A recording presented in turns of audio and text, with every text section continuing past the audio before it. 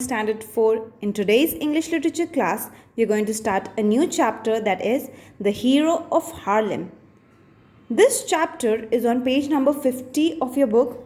Turn to page number 50, everyone. Now let us start the chapter. Harlem is a city in the Netherlands. Netherlands means low countries, the grounds that are lower than the level of the sea. The people build dikes all around the country to prevent the sea water from rushing in.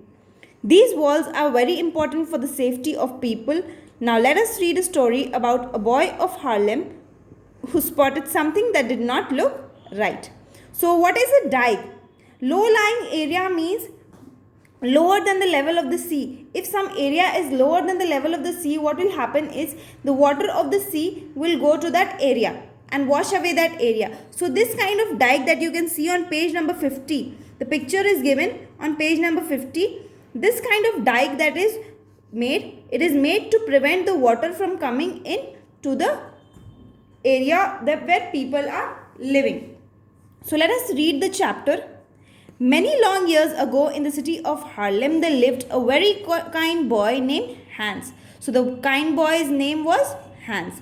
Hans' father was in charge of taking care of the dikes or the stone walls that kept the sea water from rushing into Harlem and washing it away. So what work did Hans' father do? Hans' father used to be in charge of taking care of the dikes or stone walls that kept the sea water from rushing into Harlem, that city. One day Hans' father went on a trip. Since he usually spent his holidays watching his father care for the dikes, Hans had nothing to do. I am going to bake some bread and a few cakes, said Hans' mother. Why don't you take some to old Mr. Jansen this afternoon? So the mother was saying that you should take it to Mr. Jansen. Let us see who is Mr. Jansen. Hans happily agreed even though it was a rainy day. It was a rainy day and it was raining outside. Mr. Jansen was an elderly man whose eyesight was failing. Eyesight was failing means he was not able to see properly. He had no family to care for him and he had to live alone with his pet dog Alphonse. Hans' mother often helped him with his household chores. Household chores means household work. The work that is done in the house, she always helped him with all those things. Because he did not have family member with him, so she used to help him. In the afternoon, Hans' mother packed a basket of cake and bread for Mr. Jansen. We will have dinner at 6 o'clock, so come back before that, she said, and she gave Hans the basket. I won't be late, replied Hans. So Hans was going to Mr. Jansen to give the bread and the cake to him. So mother was advising him to come back early so that they could have the dinner together at 6 o'clock. So it was long walk to Mr. Jansen's house. He lived at the edge of the town, close to the dikes. The spring rain had been much heavier than usual, pouring down hard each day and night. So the rainfall was being very heavy that day. Okay, very heavy rainfall was happening. While the wind turned the windmills. Windmills are what? The picture that you see over here. This is the windmill which runs due to the winds, okay, because of the wind. And the rain watered the tulips. Tulips are these flowers in the garden. The rain watered those. The strained and swollen dikes keep filling, worrying Hans as he passed. So the dikes, the stone walls that were built over there were now getting swollen because of the water getting inside them, okay. The hard rain pelted. Pelted over here means fell very heavily. Means it was falling very heavily, and the piercing cold wind stung his cheeks, but he pressed on, keeping his head down, hunching his shoulder and pulling his coat tight about him. So it was very difficult to go to Mr. Jansen's house because it was raining very heavily. So it is shown over here that how Hans goes to Mr. Jansen. Who will take care of the dikes if something goes wrong while father is away, wondered Hans. So Hans was also wondering while he saw the dikes and the stone walls that if the father was away, who will be taking care of the dikes. Hans reached Mr. Jansen's house with a basket of goodies. Mr. Jansen was delighted that Hans had come to visit him. Sit down, my lad, the old man said. So, lad over here is told to a boy who is a small boy over here, young boy, and he tells him very fondly in a lovely and affectionate manner. So, now let's see what happens next. So, Mr. Jansen enjoyed telling Hans stories about how things were long ago, and the boy loved to listen to him. The old man and the boy talked and talked. They shared the cake and bread. Minutes turned into hours. Suddenly, Hans looked at the clock. So, the minutes were now turning into hours because they were continuously talking and talking, because Hans also enjoyed Mr. Jansen's talk. So, it's past 6 o'clock, he exclaimed. I won't reach in time for dinner. Mother will be waiting for me. So, now he realized that mother was waiting for him at home and he should leave quickly.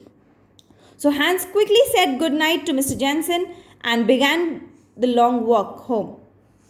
His wooden shoes clicked and clacked against the wet and muddy brick road. The rain had not let up. The street was empty. Everyone had gone home, taking shelter from the cold rain. So it was raining very heavily and everyone was back home. There was nobody on the streets. It was only Hans who was walking alone. Hans was thinking about a warm dinner and cozy bed when he passed one of the many dikes. So when he was seeing that the dikes were full of water, what did he think of? He was thinking of a hot dinner and a cozy bed to sleep, because the weather was very nice. Something did not look right. Hans crept closer to the dike to see. There in the middle of the high stone wall between the stone blocks was a small hole. From the hole seeped a thin trickle of water.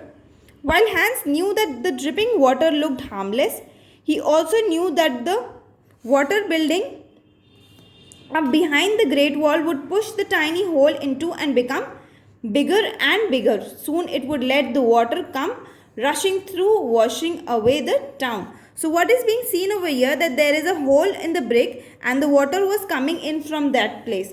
So now Hans realized that the water that is behind the wall will now come to this place and it would be washing away the town. It would be ruining the town.